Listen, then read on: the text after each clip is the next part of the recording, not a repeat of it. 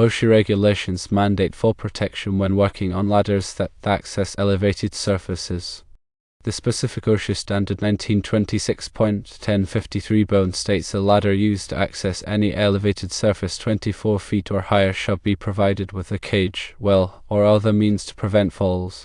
Although the standard explicitly references ladders at or above 24 feet, OSHA's interpretation extends this requirement to ladders of any height when they are used to access elevated surfaces.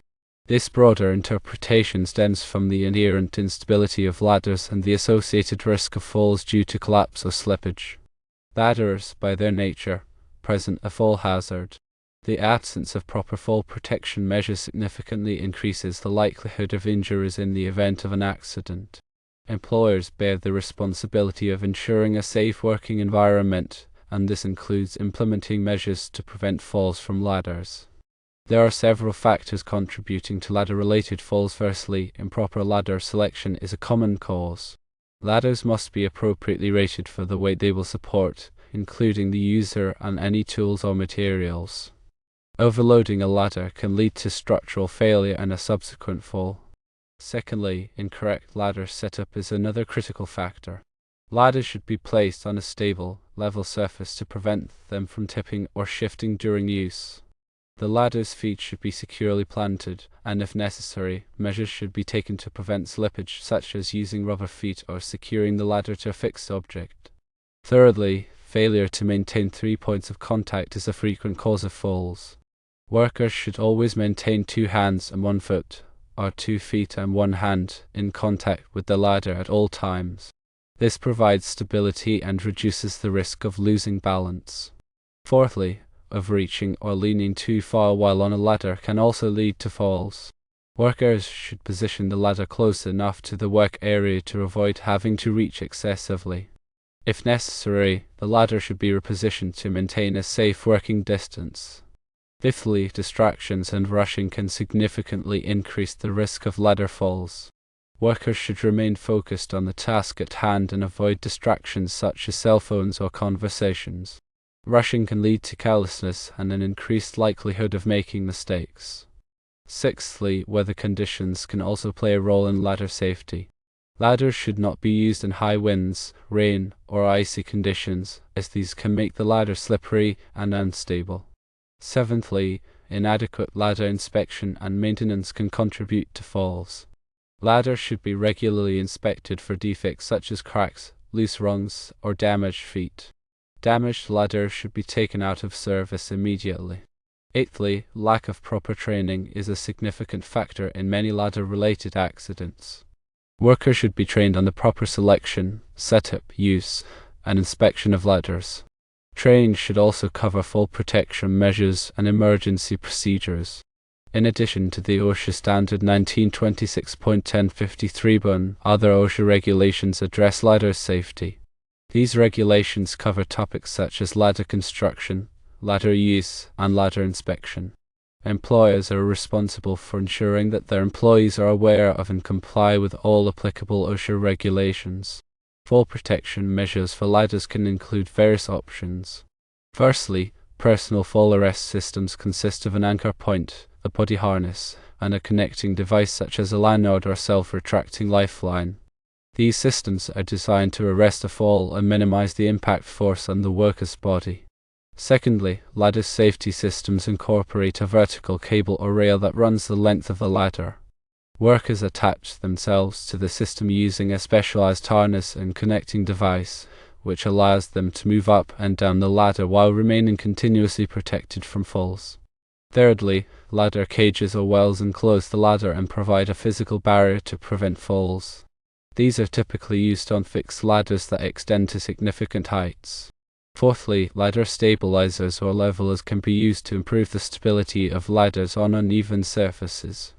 These devices attach to the ladder's feet and provide a wider, more stable base. Fifthly, guardrails can be installed around elevated work platforms accessed by ladders. This provides a passive fall protection measure for workers once they have reached the platform. Some employers may have internal policies that mandate fall protection for ladders regardless of height. Furthermore, certain industries, such as construction, may have specific regulations requiring fall protection for ladders at lower heights, such as 4 feet. It is always prudent to prioritize fall protection when working on any ladder, irrespective of its height. This proactive approach minimizes the risk of falls and promotes a safer working environment. Employers should conduct regular safety audits to identify potential ladder hazards and ensure that appropriate fall protection measures are in place. These audits should include a review of ladder selection, setup, use, and inspection procedures. Employees should be encouraged to report any ladder hazards or concerns to their supervisors. Open communication and collaboration between employers and employees are essential for maintaining a safe work environment. Fall protection training should be provided to all employees who use ladders as part of their job duties. This training should cover the following topics: ladder selection, proper ladder setup, safe ladder climbing techniques, fall protection measures, ladder inspection procedures, hazard identification, emergency procedures. The training should be hands-on and interactive to ensure that employees understand the concepts and can apply them in real-world situations. Employers should document all fall protection training to demonstrate compliance with OSHA regulations. The documentation should include the date of the training, the names of the employees who attended, and the topics covered. Regular refresher training should be provided to ensure that employees maintain their knowledge and skills. In addition to training, employers should provide employees with the necessary personal protective equipment (PPE) for working on ladders. This PPE may include hard hats, safety glasses, and slip-resistant footwear. Employers should ensure that PPE is properly fitted and maintained. Employees should be trained in the proper use and care of PPE. It is crucial for employers to foster a safety culture that prioritizes fall protection. This culture should emphasize the importance of following safety procedures, reporting hazards, and using fall protection equipment. Employers should lead by example and demonstrate their commitment to safety. Employees should be empowered to speak up if they see something unsafe. A strong safety culture can help to prevent ladder-related falls and create a safer working environment for everyone. When working on ladders near electrical hazards, additional precautions are necessary. Firstly, ladders made of non-conductive materials such as fiberglass should be used. Metal ladders should never be used near electrical hazards. Secondly, workers should maintain a safe distance from overhead power lines and other electrical equipment. OSHA regulations specify minimum clearance distances for working near power lines. Thirdly, workers should be trained on the hazards of electricity and the proper procedures for working safely near electrical equipment. Fourthly, the work area should be inspected for electrical hazards before starting work. Any identified hazards should be addressed before proceeding. Fifthly, ground fault circuit interrupters (GFCIs) should be used when working with electrical tools or equipment near ladders. GFCIs can help to prevent electric shock in the event of a ground fault. Ladders should be stored properly when not in use. They should be stored in a dry, secure location where they will not be damaged or create a hazard. Ladders should be stored in a way that prevents them from falling or tipping over. Ladders should be protected from exposure to extreme temperatures or humidity. Damaged ladders should be removed from service immediately and either repaired or discarded. Ladders should be inspected before each use to ensure that they are in good working condition. The inspection should include a check for cracks, loose rungs, damaged feet, and other defects. Any defects should be reported to a supervisor immediately. If a ladder is found to be damaged, it should be taken out of service and tagged as "do not use." Ladders should be regularly maintained to ensure that they remain in good working condition. Maintenance may include cleaning, lubricating moving parts, and replacing worn or damaged parts. Maintenance should be performed by qualified personnel. Proper ladder selection is critical for safety. The ladder should be the right type and size for the job. The ladder should be rated for the weight that it will support. The ladder should be in good working condition. There are several types of ladders available, each designed for specific purposes. Firstly, step ladders are self-supporting ladders with hinged legs. They are typically used for light-duty tasks and should not be used on uneven surfaces. Secondly, extension ladders consist of 2 or more sections that can be extended to reach greater heights. They must be properly secured to prevent them from slipping or collapsing. Thirdly, single ladders are non-self-supporting ladders that must be leaned against a wall or other structure. They are typically used for access to roofs or other elevated areas. Fourthly, trestle ladders are frame ladders with a wide base and a platform for standing.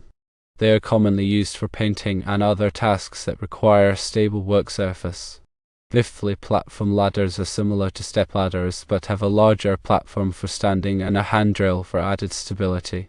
They are often used in warehouses and other industrial settings. The ladder's duty rating indicates the maximum weight that the ladder can safely support. Ladders are typically rated as Type Roman 3 light duty, Type Roman 2 medium duty, Type I heavy duty, or Type IA extra heavy duty. The duty rating should be clearly marked on the ladder. The ladder should be long enough to reach the work area without overreaching. When using an extension ladder, the ladder should extend at least 3 feet beyond the edge of the roof or platform. This allows the worker to safely transition from the ladder to the work surface. Ladder setup is crucial for safety. The ladder should be placed on a stable, level surface. The ladder's feet should be securely planted. If necessary, measures should be taken to prevent slippage, such as using rubber feet or securing the ladder to a fixed object. The ladder should be angled properly. The base of the ladder should be placed 1 foot away from the wall for every 4 feet of height. This is known as the 41 rule. The ladder should be secured at the top to prevent it from tipping over. Ladder safety is a critical aspect of workplace safety. By following OSHA regulations and implementing safe work practices, employers can significantly reduce the risk of ladder-related falls and injuries. Remember to always prioritize safety and take the necessary precautions when working on ladders.